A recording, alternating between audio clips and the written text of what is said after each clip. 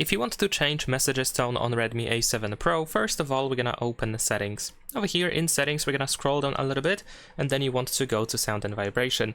Now in here, we're gonna choose other notifications and reminders. You'll open the themes app with the ringtone category selected, so you can go to pre-installed ringtones. And what you can do over here is you can simply choose one of these sounds, and they will change for pretty much all notifications except for calendar events or calendar notifications. So in that case, of course, if you tap on any of these sounds, you should have a little preview. If you like the sound, you can tap on apply button on the right side and then confirm that you want to do that.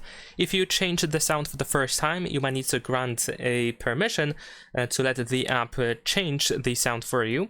And if that happens, make sure that there is like an icon after confirming. If there is no icon right next to the sound that you have selected, you want to tap on apply button again, and then it should appear. However, this changes the sound for all notifications or almost all notifications.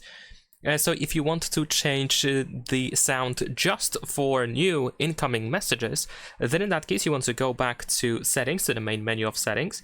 Then in here, go to notifications and status bar. Then we're gonna go to app notifications, and then in here on this list you want to find the messages app. There we go. Now over here in messages you want to go to incoming messages, and then here we can tap on sound, and then once again you can choose the sound pretty much the same way. And by doing so, you change the sound just for new messages, so you change the messages tone specifically. And that is pretty much it. Leave a like and subscribe.